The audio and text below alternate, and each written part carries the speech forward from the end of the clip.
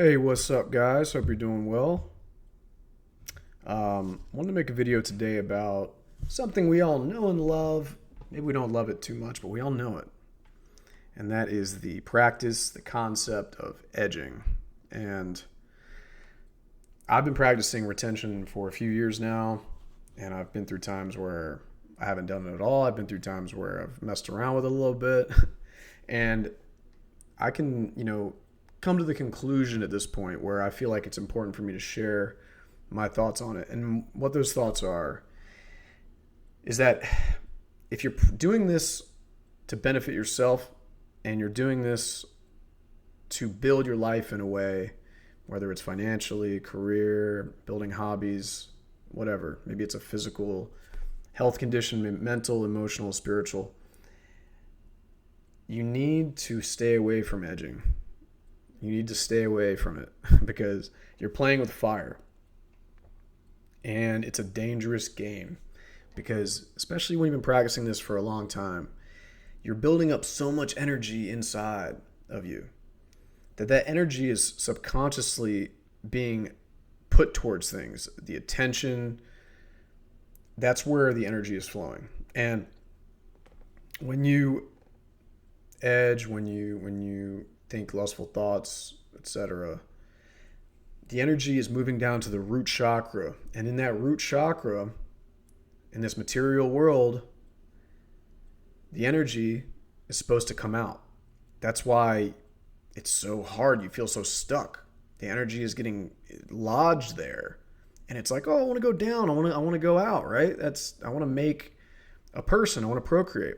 So the energy is getting stuck there. And that's why when I do it, like for a day or two, it's like, man, like, oh my God, like I'm frustrated. I'm aggressive, right? I'm feeling these lower animal natures. And it takes a while to build that energy back up to where it's ascending and you're actually using it. The energy is being used in other ways to sort of change your consciousness. And so things like edging, it's really difficult to stay on the path of the spiritual warrior in retention, of the person who is trying to better themselves and to build towards a goal, because your body's thinking, oh, the goal's here, it's already happening, like let me accomplish it, right? And so I just think that it's something that is you really have to be conscious of as you go through this practice. So the longer you go, the more the energy will build up those chakras, opening up the chakras. The heart chakra is really the key. It's very difficult to fully open up the heart for a lot of men and for a lot of people, especially if you have trauma. It's something, I'm working on all the time. And so as that energy goes up, you got to break through that heart chakra, get to the other chakras, solar plexus, heart, throat.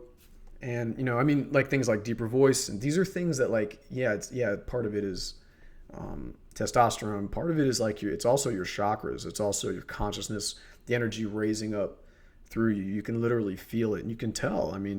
It does affect your mentality and your way of thinking.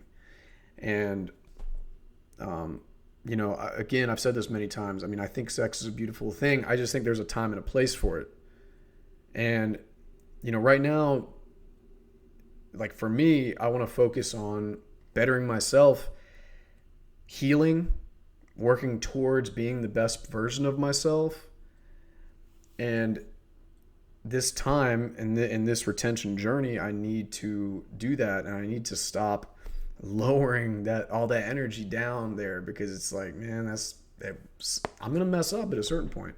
And I've been on this game, I've been retaining for a while, and I've had a few wet dreams, these nocturnal emissions. And in researching these wet dreams and trying to understand them, some of it is natural. I agree. Prostatic fluid, things like that. But I think some of it is really about your mental ability to control your thoughts. And if you're doing things where you're sort of, looking at certain images or you're edging, things like that, like you're going to have wet dreams because that part of your consciousness and subconscious is thinking about it throughout the day. And at night that comes out. You can't, you don't have the governor or the regulator to have it. So I think wet dreams can be normal and natural. I think sometimes it can just be like an excess way to get energy out, or I think it could be a subconscious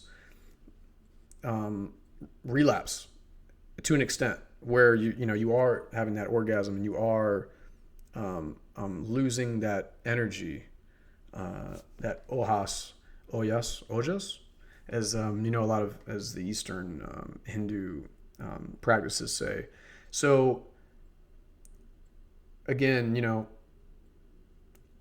this is just my opinion, and I think everybody's different, but I do think that if you're going to practice this the right way, if you're going to optimize your life, and maybe you're looking for that right relationship, or you're trying to build that business, and there's a time and a place for having fun and things like that. But if you're trying to use this for the reasons you started it, then don't play with fire. You're going to be a whole lot better off if you control your mental aspects and meditate and you think about other things, because it's going to be difficult. A lot of energy in you. So keep that energy raised. And for you guys who have watched my videos, especially the last few videos, thank you so much for your support. I really appreciate it. I mean, I've been going through really one of the hardest times of my life, and I have learned a lot about myself. I've made mistakes. I've been grieving my loss, my relationship.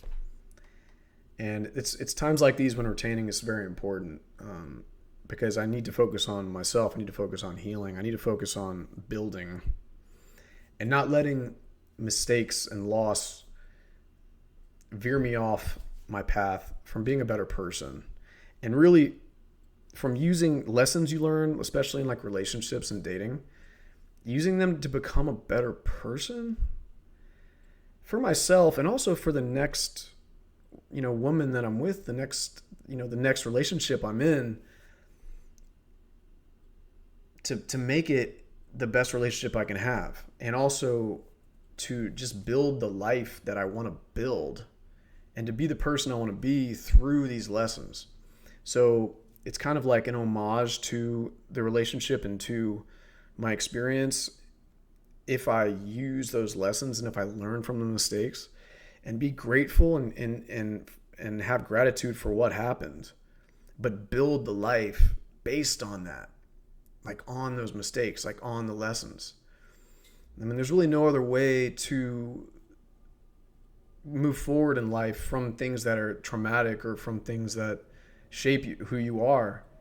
And you have to sort of adopt that perspective. And I think, something like retaining can really help you do that, even on a subconscious level. But you have so much more energy to place towards these practices and thoughts that can lead you to the next step in your life. And really, you are going through your own traumas and your own self-reflection when you retain.